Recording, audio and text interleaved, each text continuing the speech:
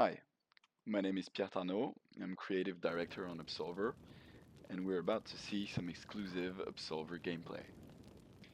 So Absolver is an online action game with a focus on a very easy but accessible melee combat system. So the combat in Absolver is inspired by actual martial arts, and we wanted to create a system that was deep but accessible, and in which players could create their own custom combat choreographies. What we're seeing here is a tutorial map in the game. It's very early stage. The player has not been matchmaked with other players yet. The main part of the game is set in a small open world that is made of a dozen interconnected zones that the players can explore freely, and in which he or she is matchmaked with other players seamlessly. So as you explore the world, you will get to meet other people and build relationships with them. You can make friends, enemies, you can find mentors or students. A variety of relationships exist. And as we see here, sometimes you'll be walking in the world and suddenly somebody else is there. This, however, is a single-player tutorial because it's there to teach the player the basic game mechanics. So we wanted to do a combat system that is pretty accessible, so it's easy to pick up and play. It's a 3D real-time combat system, but we added enough layers of depth, as we'll see, to have an actual competitive PvP experience, because the endgame of Absolver is becoming the best Absolver and fighting others like you in PvP. So here we see that the special defense of that character. In Absolver, every player can choose a combat style, and each style has a different special ability. This combat style has the parry ability, so the character is able to parry attacks if he does it in the right timing, which I kind of messed up here, but we'll see it a bit later on. So that's one mechanic. Another, which we saw earlier, is what we call perfect attacks. So when you nail your attacks, your successive attacks in the right timing, the character will flash golden, which makes the attacks chain faster and stun the enemy a bit longer. So that's what we're seeing here. It's really an incentive to be in the flow of combat. Another game mechanic we're seeing here is the feint, which is cancelling the build-up of an attack to trick your opponent into doing a feint. So that's this black ghost we can see at times. So this is especially useful against human opponents. As you feint, you get into this high-level mind game, kind of tricking your opponent into doing a dodge or a parry, and that allows you to follow up really quickly with another attack while your enemy is recovering. So that's once you kind of get to know the attacks of your opponent, that is something that is very important to tackle. So now we're going to see something that is really the core of Absolver, which is the stances and the combat deck edition. The idea is, in Absolver you have 4 different stances, represented by this diamond. In each stance you have a sequence of up to 3 attacks, which you see on top, and an alternative attack, which you see down. The idea is that every stance starts in one stance and goes into another one. So for instance, here we're going to make a sequence of attack that starts front left and that finishes front left. I can go into training mode. I'm going to see that if I chain these moves and I keep attacking, they loop on themselves. But I could go ahead and change that and decide that one stance actually goes to a different stance. Here, my 2 front stances both loop on themselves. But the idea is that any attack always chains smoothly with the attacks that follow.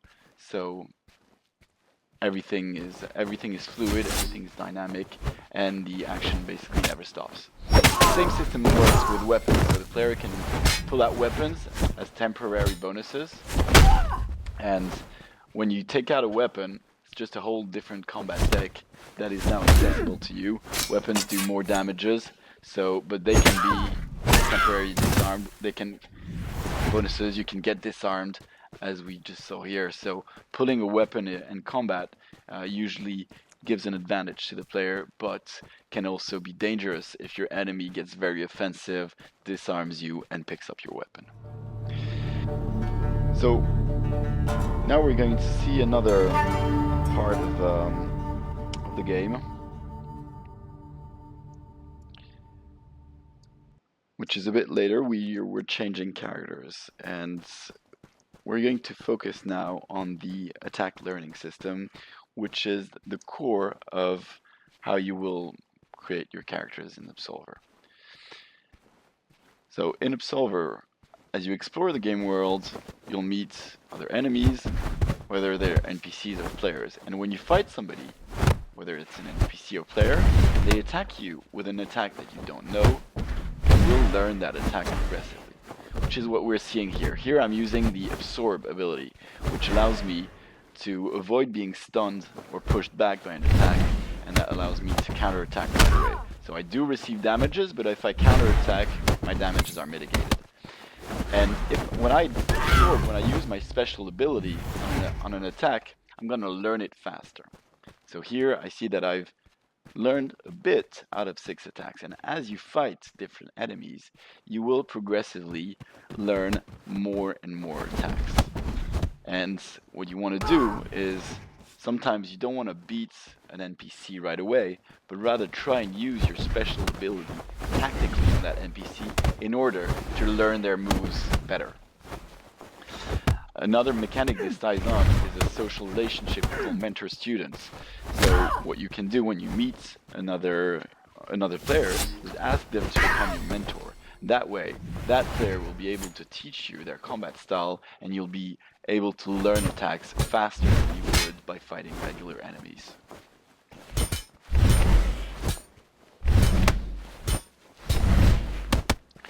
So here I'm trying to absorb the enemy's attack, not to kill it right away. There we go. I've learned some of 3 different attacks. Now this character here seems a bit more dangerous, so I guess I'm gonna be careful in the early stages of combat. Valid tactic is to kind of get to know the moves of your opponent. That way you'll be able to counter the opponent more efficiently. This enemy has a combat style that has avoid as special ability. So my enemy can sidestep, duck under my attacks. He cannot parry or absorb, but he can certainly make these very short and fluid avoidance moves that allows them to follow up really fast and attack me.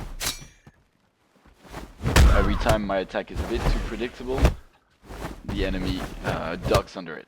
So I've got to be careful here, maybe get some feints in order to get the edge in combat. Here I'm taking another stance. My back stance, I know that I have a low attack that allows me to beat that enemy. The enemy hasn't picked up my sword, so I can go ahead, pick up that sword. My health is pretty low, so I'm gonna heal up and keep on exploring that zone. So we're not going to show too much of that zone here, but before we jump to PvP, we wanted to show a bit of the customization system of Absolver. The general principle is that every gear, every piece of equipment, and we've got 9 different equipment categories in Absolver, every piece of equipment has specific parameters of weight and protection.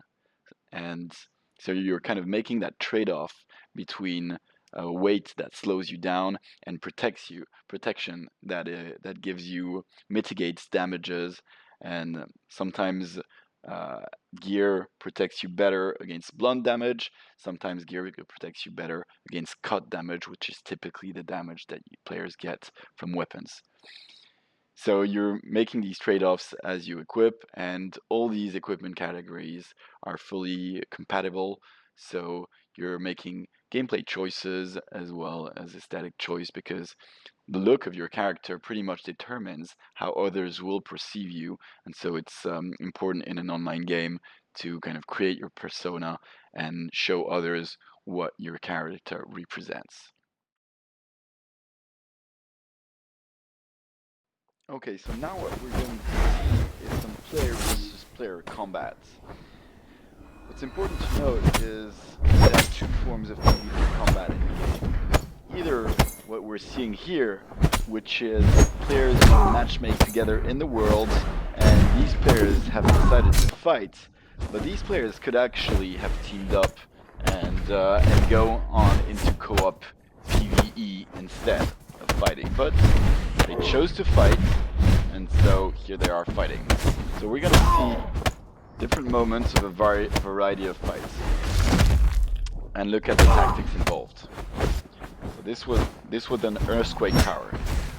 What we can see are the floating shards in the back of the characters allow them to use special weapons and powers. So you need shards to pull out your weapon, but you can also use a shard to create a shockwave or other thing. So when confronted with an enemy who is a weapon, the good tactic is to be very offensive in order to try and disarm him, but that's not always possible.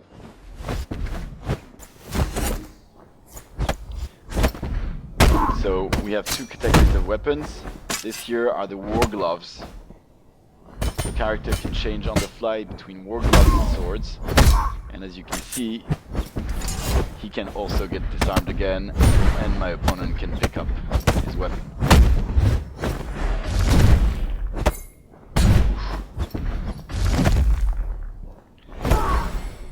As we saw previously, it's very important to stay focused and keep these perfect attacks that make your character flesh golden, because that's how you get the faster edge in combat.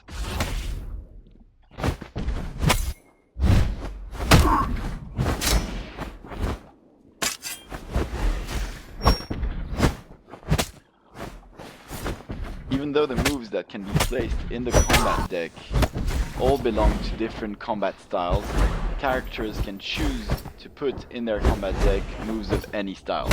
So you can create something which is a mixed style based on different attacks. Some attacks also have different properties. These attacks that turn you blue can absorb attacks. Some attacks can avoid. Some attacks can interrupt. That was nice parry done here, followed by a guard break attack. This is a guard break attack again. We see the character's hand flashing red, and he disarms him. He can pick up his war gloves, absorbing a few attacks, and then jumping right in. But the other enemy has pulled out a weapon, and so the odds have shifted again. This is a Moonpike sword. It's a very fragile sword, so it can break pretty easily, but it inflicts heavy cut damage. But the opponent has pushed me back with a shockwave. Here we see a good use of the absorb power. Sometimes the fight takes place near cliffs or precipice, and this creates a combat modifier because you cannot dodge in that direction. Some PvP maps exclusively focus on these dangerous environments in which players may fall. That was a weapon break, followed up by that big absorb haymaker punch. That finishes up the enemy.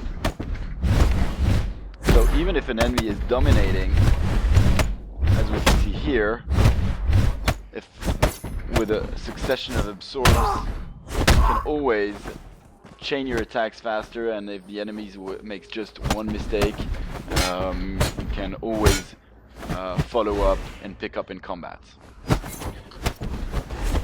The altar here is red because characters cannot interact with an altar when a fight is going on.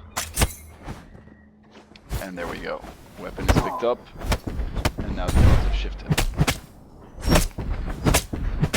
It's very important to be able to use your special ability in the right timing.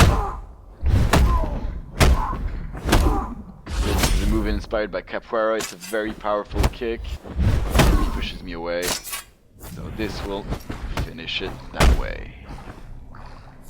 So what we see here are combats that take place in the worlds.